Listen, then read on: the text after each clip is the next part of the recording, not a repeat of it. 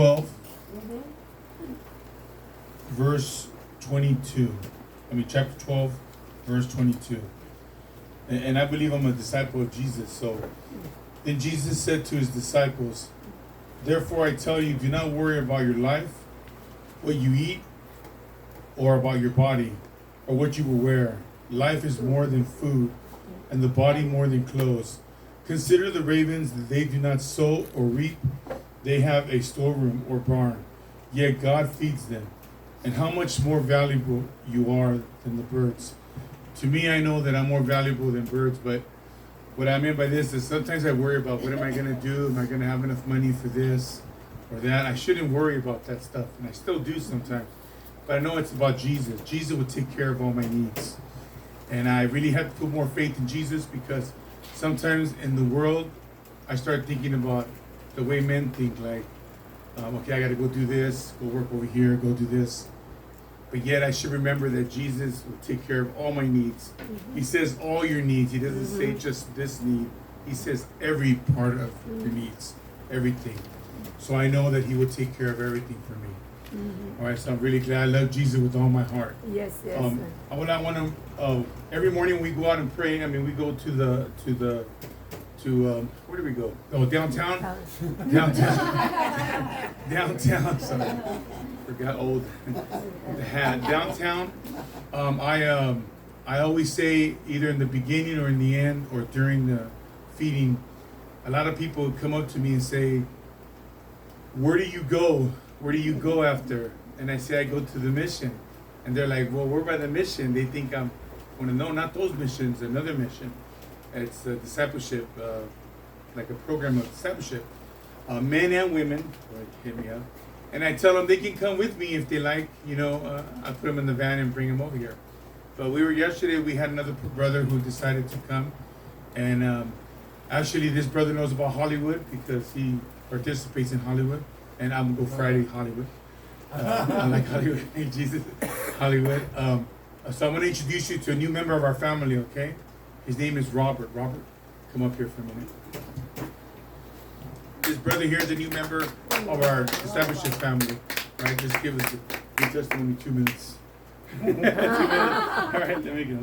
Hey kids, That's my shirt. Oh, I got your shirt. Yeah, I stole it. Hey kids, it's Robert. Came down from San Francisco. San Francisco. Yeah, I was up there for almost like 13 years. I've been in similar environments. I lived and worked with an Assemblies of God minister and his wife, who basically ministered to the homeless in San Francisco. Did a little bit of substitute teaching. Actually managed an H&R Block office and worked as a tax professional for a couple of years. But it was too obvious that I don't belong in the business world. On a fluke, and usually it's when you kind of goof up, I made a mistake with my money and realized I wasn't going to be able to come up with I'm a Lyft driver. The company that I was working for gave us a 2-day notice. I was renting the cars from them, and then I wound up short, not having the deposit in the first week's rent. So I said, it's been a while since I've been in LA. When I came here initially, it was all about being a movie star. Didn't quite make it as a movie star a few years ago. Then I actually wound up in the shelter system. And the one thing I started realizing at that time, and I'm feeling it right now, is that I think the Lord has put me here for a reason. Amen.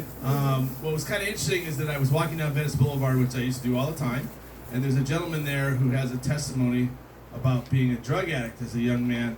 And he said that his story was this, that he decided that one day he was going to look up at God and say, okay, God, you're in charge. Get me off the streets. He got on the bus. 30 seconds later, as he's driving down the bus, there was a sign, Jesus saves, drug problem, give us a call. And since that time, he hasn't been on drugs. Now, what does it have to do with me? Was that his testimony, his personal testimony, became a part of my memory for most of the day. I was thinking about it. And then I was reminded of that smile and happy-go-lucky attitude a couple days ago when Joey and the gang were feeding me. And when I was there yesterday in line, I said, you know what? God had that gentleman give me his testimony, because now he wants me to realize that he's telling me to tell Joey, yes, I'll come down with you guys yesterday, and stay with you for a while. And what I realized at that time, that the Spirit was moving me through the testimony of the gentleman on the beach to finally follow through and to see what it would be like to be here with all of you. The funny thing is I don't want to talk too much. People who are like politicians, which is one other thing I thought I was going to do, but that's another story.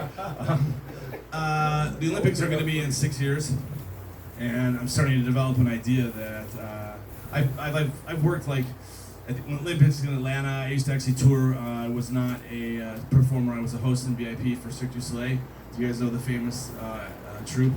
Yes. So I'm used to, as long as I have a little bit of a speech instead of just rambling on like I am right now, being in big environments, entertainment kind of environments. And I was actually at the Olympics in Atlanta in '96. And I think what's going to happen is you guys might see me around, maybe not here at this location, but in the city of LA until they pull off the Atlanta Olympics. So it looks like this is more than just a 6 day, 6 week, 6 month move. We're at about 6 years right now. But God saves. God saves. Follow Jesus. Amen. Yeah, following God. Hey, and God bless for Pastor Moody, his wife, and all of you. Hopefully, I'm sure everything will go just fine. But anyway, nice to say hello. Thank you, brother. Thank you. Andan aquí tú en tu médica.